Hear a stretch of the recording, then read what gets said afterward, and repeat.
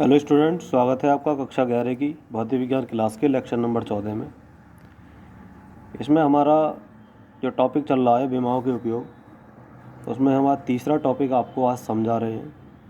इसमें तीसरा टॉपिक है विभिन्न भौतिक राशियों के बीच संबंध स्थापित करना। तो स्टूडेंट,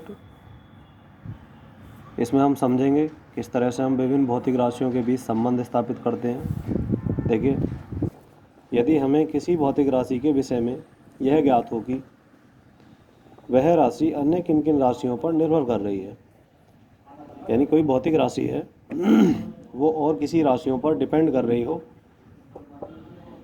तो हमें ज्ञात होनी चाहिए।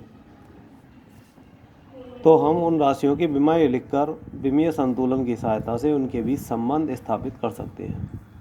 यानी जो हमें भौतिक राशियाँ ज्ञात हैं उनकी हम विमाओं को लिख करके उन भौतिक राशियों के बीच संबंध स्थापित कर सकते हैं।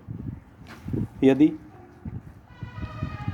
यह दिया है कि कोई भौतिक राशि R अन्य भौतिक राशियों x, y तथा z पर निर्भर करती है, तो हम मान लेते हैं कि राशि R राशि x की घात a, y की घात b तथा z की घात c पर निर्भर करती है। यानी कि हमें कोई राशि दे दी R और कह दिया जाए कि वह राशि R जो है x, y और z पर डिपेंड कर रही है, तो हम किस प्रकार से लिखेंगे? राशि R को लिखेंगे एक साइड में, और जिस पर निर्भर कर रही है, किस किस पर निर्भर कर रही है? x, y और z पर।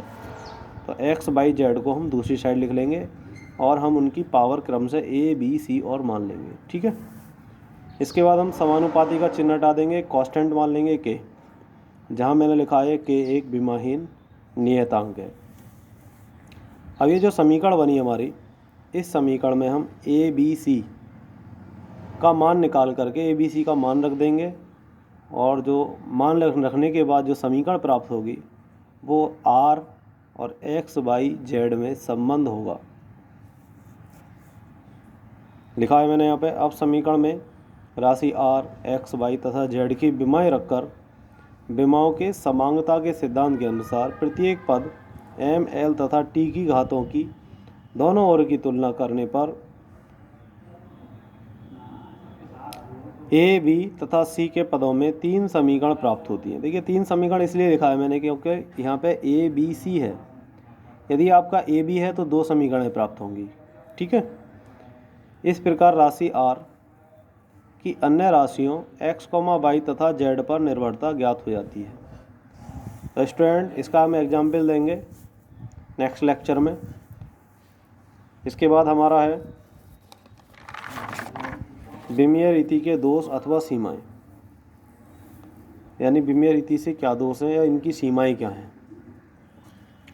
देखिए, यद्यपि विभिन्न भौतिक राशियों से अनेक भौतिक समस्याओं का समाधान सरलता एवं शीघ्रता से हो जाता है, किंतु कुछ परिस्थितियों में विमीय विधि सफल नहीं हो पाती। किन परिस्थितियों में सफल नहीं हो पाती? मैंने यहाँ पॉइंट लिखे हैं। यही इनकी सीमाएं अथवा दोष कहलाती हैं, जो निम्न प्रकार हैं। पहला पॉइंट है आपका, विमीय रीति से किसी भौतिक राशि के सूत्र में उपस्थित विमाहीन नियतांक का मान ज्ञात नहीं किया जा सकता। यानी जो कांस्टेंट के हमने पीछे भी सूत्र में माना था, उस नियतांक का मान हम ज्ञात नहीं कर सकते विमाओं की सहायता से। दूसरा पॉइंट, यदि कोई भौतिक राशि 3 से अधिक मूल राशियों पर डिपेंड करती है, तो उनके बीच विमीय रीति से संबंध स्थापित नहीं किया जा सकता।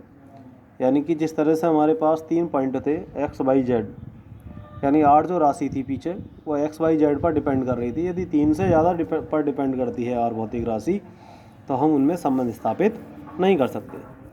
तीसरा पॉइंट, विमीय रीति से ऐसे सूत्रों अथवा समीकरणों की स्थापना नहीं की जा सकती जिनके एक पक्ष अथवा दोनों पक्षों में 2 अथवा 2 से अधिक पद धन अथवा ऋण चिन्ह से संबंधित हो। यानी कि जिन समीकरणों में प्लस या माइनस है, हम उन समीकरणों का स्थापना विमीय रीति से नहीं कर सकते। चौथा पॉइंट है यहाँ पे, विमीय रीति से त्रिकोणमितीय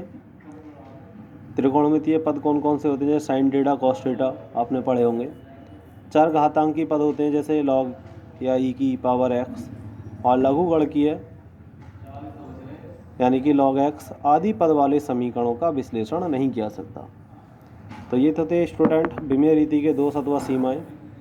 आज आपको हमारा बनाया गया वीडियो कैसा लगा आप कमेंट बॉक्स में लिख सकते हैं। आपका कोई सुझाव हो तो हमें दे सकते हैं।